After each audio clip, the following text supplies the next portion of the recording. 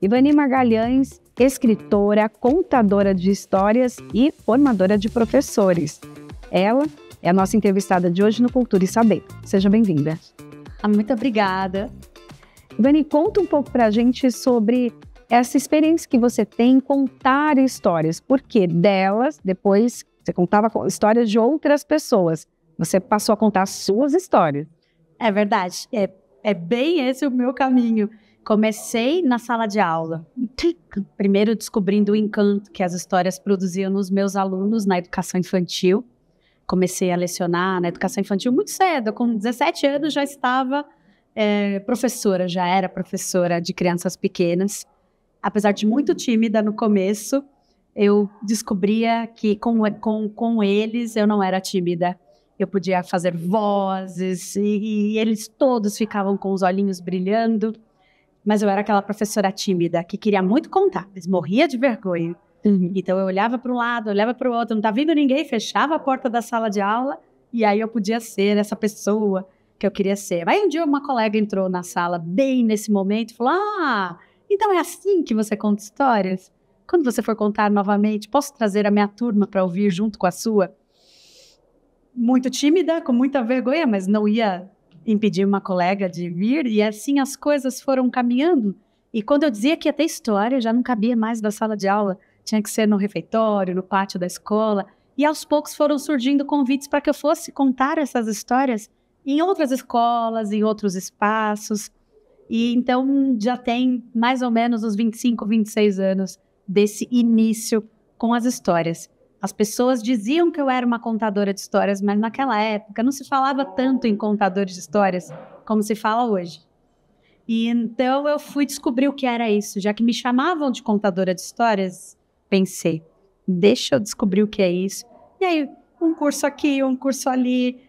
Como estudante de psicologia, eu tinha muito interesse em entender melhor esse fenômeno que provocava encantamento nas crianças, então fui pesquisar desenvolvimento infantil, literatura infantil, e nunca mais saí desse universo, cada vez mais, e hoje eu trabalho também com formação de novos contadores de histórias, e também contribuindo com o trabalho de professores que contam histórias e que se tornam também professores contadores de histórias. O que precisa ter para ser um contador de histórias? Acho que primeiro precisa amar as histórias. Eu ia dizer também amar as crianças, independente da idade, porque mesmo que sejamos adultos, tem uma criança pulsando dentro e que vai amar ouvir histórias também. Então hoje eu conto histórias para crianças de 0 a 99 e lá vai a idade. Mas eu penso que primeiro é preciso amar as histórias, ter essa capacidade de imaginação, né, de acreditar nas coisas impossíveis, mas que nas histórias elas se tornam possíveis, porque se eu amo as histórias, eu acredito que quem me escuta vai amar também, vai embarcar nesse universo de fantasia, e nós, seres humanos, precisamos desse alimento simbólico que as histórias oferecem, principalmente durante a infância. Qual o reflexo disso na vida do ouvinte, né? Que seja, então, a criança ao idoso? Eu vou dizer que eu defendo que contar histórias, a arte de contar histórias, é uma das mais belas atividades da inteligência humana. E eu penso isso porque eu acredito que contar histórias é a arte de promover um encontro. E esse encontro, ele é profundo. Primeiro, as histórias, elas, como grandes espelhos, possibilitam que a gente possa, ao olhar para uma história, a gente acaba se vendo. Promove o encontro com o outro. Nada substitui o prazer de ouvir uma história junto com outras pessoas. Principalmente quando você é criança. Quando eu estou contando uma história e algo desperta um riso, por exemplo, as crianças instantaneamente elas dão aquela risada de jogar a cabeça para trás, mas elas olham para o lado e veem que o amiguinho também riu. Esse sentimento de que estamos juntos partilhando uma experiência que é prazerosa a partir da palavra, que cria imagens na cabeça, mas essa possibilidade de nos encontrarmos uns com os outros, e os próprios enredos das histórias que possibilitam que a gente possa se transportar para outros tempos, espaços, e o quanto as crianças aprendem com isso. Aprendem sobre o que é ser humano, como nós nos relacionamos uns com os outros. Isso acaba fazendo parte de quem elas são, de quem elas estão construindo enquanto identidade. Mas também não são só espelhos. esse encontro não terminou ainda. As histórias vão promover também o encontro com as coisas do mundo, como janelas abertas de par em par. Quem inventou aquela frase mágica de que ler, ouvir histórias é viajar sem sair do lugar, acertou em cheio, porque é bem isso. Quando estamos ouvindo uma história, nós nos transportamos para outros universos. E com as crianças, elas entram de uma maneira tão profunda que eu acho isso absolutamente encantador. Que quando eu termino uma história, tem criança que faz assim... Eu falo, que foi? E a criança diz, até cansei. Que elas entram, mergulham. E apesar desse voo, dessa viagem ser no plano da fantasia, as crianças, quando voltam para o plano real, terminou a história, fica aquele pozinho de pirlim-pim-pim pairando no ar, elas voltam com lições aprendidas, elas vivem os dramas, as frustrações, as alegrias, as dores e as delícias que fazem parte das narrativas, que falam sobre nós, humanos. Então elas voltam, muitas lições aprendidas que acabam levando com elas para viver a vida real. E a formação de novos contadores de histórias ou dos professores, né, que é a tua área, mas também para usar a contação de histórias para passar informação, né, daquilo que elas precisam no dia a dia mesmo, das disciplinas, mas também para trazer algo diferenciado, um plus, né, que os livros trazem. Eu entendo que primeiro precisa desejar. Né? O professor que deseja contar bem uma história, ele já está meio caminho dado. Porque ele não vai fazer de qualquer maneira. Ele vai entender muito cedo na sua profissão. Eu falo isso porque eu trabalho com estudantes de pedagogia e também com professores. Também trabalho com formação continuada. E eu percebo que alguns muito cedo percebem que contar histórias não é uma atividade qualquer. É arte. E arte requer estética. Estética requer cuidado. Então, quando essa pessoa começa a se preocupar de não fazer de qualquer maneira, não é pegar um livro de qualquer maneira e ler, ele vai entender que isso é tão importante para o desenvolvimento do seu grupo de alunos, nas suas individualidades, mas também enquanto grupo, que ele vai buscar caprichar. E mesmo que ele não use recurso algum, que ele use apenas a voz, ele vai ler de uma maneira a modular a sua voz, vai respeitar os ritmos das narrativas. Então, muitas vezes nos cursos, nós vamos ajudando essas pessoas a entender que temperos podem ser colocados numa leitura ou numa narração sem o livro, porque eu diferencio o ler e o contar. Ambas as situações são muito importantes. O que diferencia é que no ler o livro está presente. O portador da história, quem traz a história é o livro. Eu sou ponte, mas mesmo assim, como eu vou ser essa ponte? Uma ponte que capricha, que faz vozes diferentes, que respeita esse ritmo. Se a história está mais acelerada, vai falar um pouquinho mais rápido, vai sussurrar se a história pedir, ou brincar também com timbres diferentes, vai fazer um som de um animal e brinca com isso, com a sua voz. Mas na leitura, a história está no livro e nós vamos ajudar as crianças a viverem esse momento degustando as imagens que são mostradas junto com a palavra, junto com a maneira como a história está sendo lida. E quando eu conto história sem o livro, a história está em mim. Eu sou a portadora da história. Então, nos cursos, nós vamos trabalhar que existem algumas estratégias. A primeira coisa que os professores perguntam é como é que eu faço para não esquecer a história?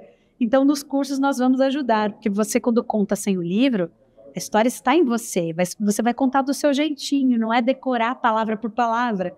Mas você tem clareza da sequência de acontecimentos e aí você conta do seu jeito. Eu sempre digo que quando contamos histórias sem o livro, a nossa biografia vai junto com a história.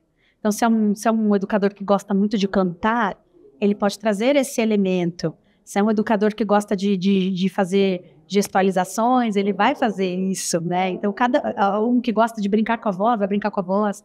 Então, e é lindo isso, porque contar histórias é uma arte da diversidade, né? Duas pessoas não contam uma mesma história do mesmo jeito. É a sua biografia sendo colocada ali em jogo. Então, nos cursos, pelo menos é como eu penso isso, a formação de novos contadores passa por mostrar possibilidades. Olha, nós podemos fazer com um livro, sem um livro, com fantoche, sem fantoche.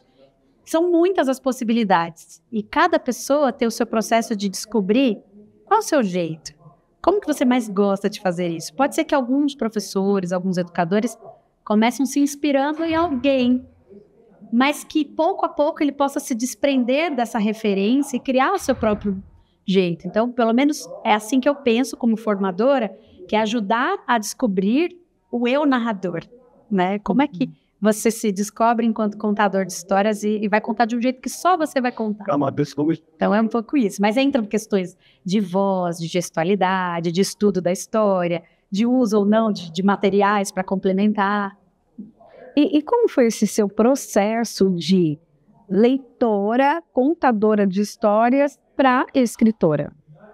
Bom, então é assim, depois de muitos anos contando histórias, ouvindo histórias, conhecendo muitos autores, porque é um contador de histórias que para além da sala de aula, que é o que eu acabei indo também, né? Eu acabei começando a ser solicitada para adaptar obras literárias para lançamentos de livros, então eu comecei a me aproximar muito de autores.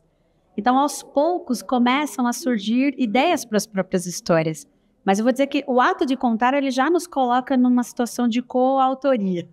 Porque a gente acaba adaptando e aí a gente acaba colocando uma pitadinha nossa naquele texto que foi criado por alguém, com todo respeito nós contamos, mas quem conta um conto, aumenta um ponto. Uhum. Então começa por aí. Depois de alguns anos aumentando pontos, começam a surgir algumas ideias, também da relação com as crianças, onde eu começo a perceber temas que são muito interessantes para as crianças, né? Interações que posso fazer, o que um bom texto pode ter para poder favorecer essas interações. E também estudar a literatura infantil, porque da narração acabei também ampliando o leque de pesquisas, porque é isso, eu sou artista, mas também sou pesquisadora da universidade.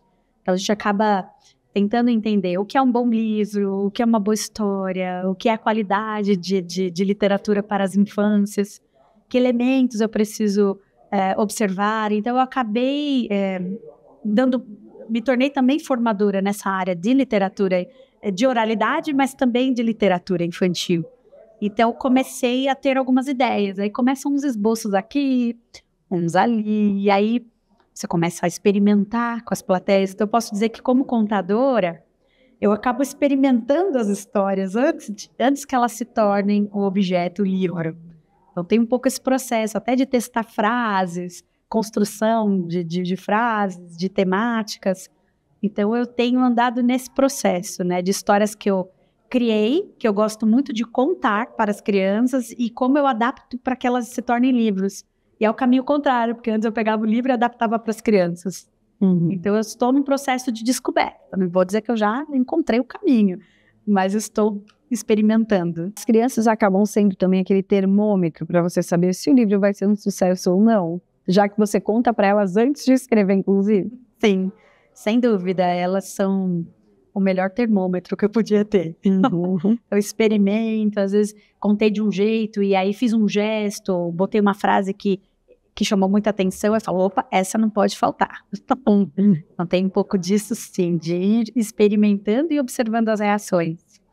Bom, nós vamos fazer um rápido intervalo, daqui a pouquinho a gente vai conhecer um pouco mais dos trabalhos, então, da Ivani Magalhães. Fica com a gente.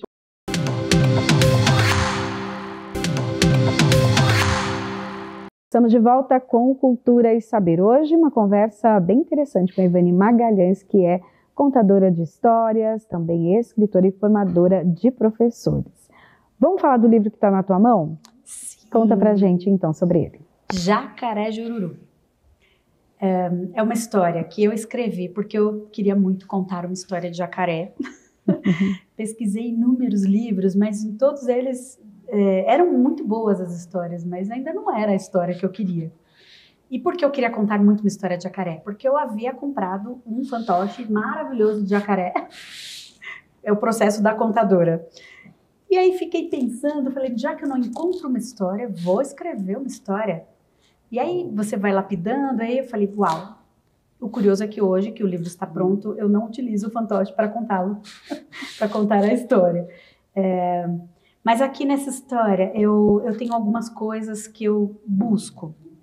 Uma delas é trazer histórias que possam contribuir para o desenvolvimento de empatia, esse olhar para o outro, esse olhar para si, de maneira lúdica, não é uma aula, é uma história que, de alguma forma, pode contribuir para esse desenvolvimento social das crianças, né? Essas relações que elas vão estabelecer.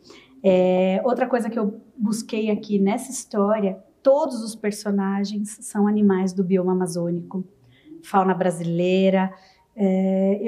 Eu tenho andado muito assim interessada em difundir, né, em divulgar a nossa fauna, porque eu observo as crianças muito cedo, elas têm ursinho, elas têm leão, conhecem, nada contra, mas a ideia é ampliar e não ou esse ou esse. E eu busquei colocar aqui capivara, jacaré-açu, então todos os personagens são da nossa fauna. E tem uma característica aqui também nessa história, é que como contadora de histórias, eu sou bastante musical. Eu sempre incluo canções, cantigas nas histórias que eu conto. E aqui nessa história nós vamos descobrir que aquela famosa música do Sapo Não Lava o Pé, sabe? Não é bem assim que as coisas aconteceram. Aqui nós vamos descobrir que o chulé, na verdade, não é do sapo. É do jacaré. Olha só, então é uma grande descoberta. E aí eu vou brincar no final do livro eu faço uma paródia, né? Então vira, o sapo não tem chulé, o mau cheiro era do jacaré, que mora lá na lagoa e agora vai lavar o pé, tchau, tchau, chulé. Mas toda a história ela inicia com um jacaré que tá lá quietinho, parado, e ele não costuma ser assim. Até que uma das amigas, que é a capivara, ela percebe e convoca toda a bicharada para fazer algo, para alegrar o amigo. E então eles vão descobrir que, na verdade, ele não está jururu. E essa também é uma curiosidade. Jururu sempre foi uma palavra muito comum na minha vida, enquanto criança, na minha família. Ai, você tá tão jururu. Hoje você viu fulano, hoje tá jururu. E agora eu estou descobrindo que as crianças não têm essa palavra como uma palavra que faça parte do vocabulário delas. Boa parte das crianças não sabem o que significa. Aí elas, quando dizem isso, eu falo, mas agora vão saber. E eu trago também algumas outras palavras que são sinônimo de tristeza. Então aqui eu trago borocochô, desenchabido, macambúzio, porque eu também acredito nesse potencial de ampliação vocabular que a literatura pode trazer, sem parar para dar uma aula. A própria história traz o contexto necessário para que as crianças ampliem o seu vocabulário. Então, também tenho isso aqui. Mas a ideia é que a história seja pura diversão. E eu tive a alegria de ter essa história ilustrada pela Ana Paula Franzoni, que é uma ilustradora mineira. E ela trouxe a personalidade para esses animais, né? Então, ela poderia ter feito animais bem próximos do que encontramos na natureza. Mas ela trouxe um componente a mais, que é de trazer características, personalidades pela ilustração para cada um desses animais. Inclusive, nós temos aqui uma homenagem a um cantor muito famoso. Aqui nós vamos chamá-lo de Frog Mercury. Então, nós temos aqui essa história que acaba sendo muito bem humorada, mas uma história que vai falar de uma coisa que não é engraçada, mas que traz com bom humor, que a gente também, quando estamos cercados de amigos, a gente também pode se divertir e tornar as coisas difíceis um pouco mais fáceis. Esse livro ele pode ajudar, auxiliar dentro da sala de aula, até tocar em temas que são mais difíceis, né, de tocar? Quais, por exemplo? A vergonha, lidar com o sentimento de vergonha, o que fazemos, o que faz com que, né, que nos tenhamos aqui esse sentimento de vergonha, o que fazer quando isso acontece, pedir ajuda, né, ajudar a criança, se ela está sentindo vergonha, ela pode pedir ajuda, o valor da amizade, né? Ninguém é feliz sozinho, a gente precisamos nos ajudar uns aos outros. Aí, temas mais práticos também, como a higiene desse jacaré, por que será que ele está com um chulé? Né? Mas eu diria que, olhando com mais profundidade, eu vejo que o principal ganho é essa questão de trazer ali uma referência de boas relações entre os pares. E lidar com os sentimentos que brotam na relação uns com os outros. Principalmente eu iria por esse caminho, mas se a gente for olhar para questões mais didáticas, então sim, partir para um estudo dos animais, da fauna brasileira, para vocabulário, enfim, né? Dá para ir para outros caminhos mais relacionados a temas curriculares. Mas eu diria que principalmente tem esse ganho no desenvolvimento interpessoal. O feedback das crianças, o que você tem recebido delas e também dos professores, né, a utilizar? E dos pais. Não, incrível, assim, eu recebo todos os dias vídeos de famílias que diz que a criança dorme com o jacaré. As crianças agora não podem ver um jacaré que fala, olha o Jarbas, que é o nome do personagem principal. Esse nome pegou muito. Eu vou dizer, meu sobrinho, ele tem 4 anos, eu passei esse fim de semana com ele, e ele tem um jacarezinho. As crianças vão para os eventos de contação de histórias, assim como o meu sobrinho, carregando jacarés, e eles falam, olha, eu trouxe o Jarbas, quero tirar uma foto junto com você e com o Jarbas. Então as crianças, e mesmo os maiores, assim, eles são surpreendidos, porque é uma história que começa e não dá exatamente a pista do que vai acontecer. Então, essas surpresas, as crianças curtem muito. Quando eles fazem algumas hipóteses iniciais, o que é jururu? O que será que deixou esse jacaré jururu? E no fim, né, o texto, ele muda, né? Tem um plot twist aqui na história que, né, ele não está triste, ele está com dor. Então, tem esse sentimento também de empatia, né? Então, eu tenho tido feedbacks muito lindos, assim, desde crianças bem pequenininhas carregando o livro para todo lado, até crianças maiores lendo, relendo, conversando sobre, em sala de aula, os professores me mandando projetos que estão desenvolvendo. E como é para você ter esse resultado, né, de ter um livro, foi uma história que surgiu da tua cabeça, da experiência que você tem, fazendo diferença na vida ali das crianças, mas também ajudando os professores, os profissionais a terem uma aula mais, às vezes, divertida ou mais preparada de uma forma diferente. Isso é muito especial. E eu acho que é o combustível que faltava para criar mais histórias, porque aí depois vira assim a motivação interna, opa, agora eu preciso fazer mais histórias, e mais histórias já estão sendo feitas e estão sendo produzidas, porque é isso é um prazer poder saber que aquilo que eu defendo por tantos anos agora está acontecendo com livros meus, que é essa magia, esse encantamento e também a aprendizagem das crianças. Você disse que já tem outros livros, então, no forno. Conta pra gente. Vou falar de um que está na reta final, agora últimos ajustes da ilustração. É a história da Serena. A Serena é uma lagarta. É uma lagarta que, por ser do jeitinho que ela sofre muitos ataques dos animais lá do jardim. Então, eu utilizo como personagens todos os bichinhos de jardim. Então, nós temos gafanhoto, aranha, joaninha.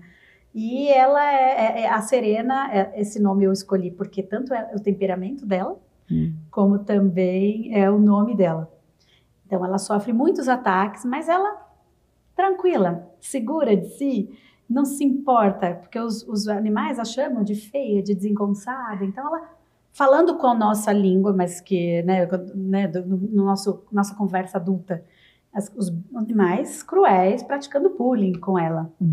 Não uso essa palavra no texto, mas é isso. E ela, tranquila, imune aos ataques. E até que quando ela se recolhe para a transformação, ela está lá penduradinha, antes de cair no sono profundo, ela escuta a conversa desses animais que sentem falta da alegria, da presença, e aí eles, poxa, a gente não estava sendo muito legal com a nossa amiga. E quando ela volta transformada, transformaram-se eles também em amigos melhores. E essa história eu escrevi a partir de alguns estudos e de cursos que eu ministro sobre cultura de paz. Então, apesar do texto ser totalmente lúdico, nas entrelinhas estão as premissas da cultura de paz. E uma das coisas mais importantes que nós podemos fazer para diminuir o bullying nas escolas é o fortalecimento da autoestima das crianças. Crianças com autoestima fortalecida, principalmente aquelas crianças mais frágeis, elas se tornam imunes aos ataques. E normalmente os agressores eles tendem a deixar de atacar quando percebem que não faz efeito o ataque no outro. Então é um pouco isso que eu trago nesse enredo, que é lúdico, que é para ser divertido também, né? Essa surpresa desses animais quando ela aparece toda transformada em borboleta, e o quanto ela é acolhedora também desses animais que não estavam sabendo ser bons amigos com ela. Uhum. O mercado para esse público, né, o público infantil, infanto-juvenil, como que você tem visto? Principalmente que eles já nasceram numa era tecnológica, que para eles um aparelho celular na mão é muito frequente. Uhum. Como que é essa luta, né, e tem vencido?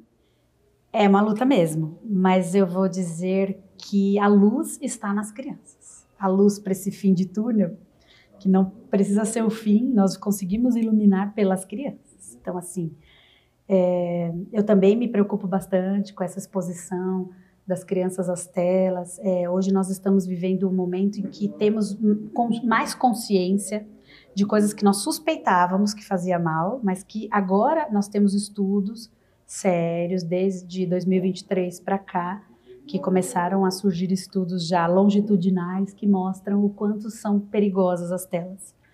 Então hoje eu diria assim, antídoto: literatura, imaginação, brincadeira, criança sem tela. Então as crianças que criam um vínculo com o objeto, o livro agora, mesmo que mais tarde elas sejam introduzidas no mundo das telas, elas não vão precisar escolher esse ou esse. O que estava acontecendo é que, até por parte de muitos pais, ao invés de dar o livro na mão, dava a tela.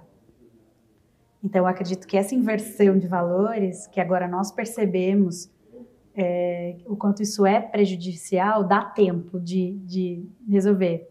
Os maiores eu acho que é mais difícil mesmo essa luta, porque eles cresceram, nós vivemos um período de muito otimismo em relação à tecnologia. Eu falo isso porque eu também leciono tecnologias, tenho também pós-graduação nessa área, então nós vimos os jogos educativos chegando com grande empolgação. Nossa, agora as crianças vão brincar e aprender ao mesmo tempo. Então nós estávamos entregando isso, estou falando 10, 15 anos atrás, nós entregávamos os celulares nas mãos das crianças achando que estávamos fazendo a nossa parte, eles vão se desenvolver mais, o cérebro delas vai uau! E agora que nós temos consciência de que foi completamente contrário os efeitos, prejudica muito mais do que ajuda, é hora de rever as escolhas e as crianças terem... Então, eu percebo em escolas que fazem projetos bacanas, significativos, divertidos, com contação de história, com leitura frequente. As crianças, elas vão gostar muito disso e vão... Eu vejo as crianças entrando nas livrarias e desejando os livros, o que nós não observamos tanto com os adolescentes em geral, né? Claro que há muitas exceções maravilhosas, né? Eu conheço muitos adolescentes leitores, mas em geral essa luz está nas crianças. Então eu vejo o mercado, pelo menos de literatura para as infâncias, otimista, se a sociedade se conscientizar e dar menos telas e mais livros nas mãos das crianças. Bom, quero agradecer a participação hoje aqui com a gente no programa Cultura e Saber de Ivani Magalhães. Obrigada. Eu que agradeço. Muito obrigada. Obrigada.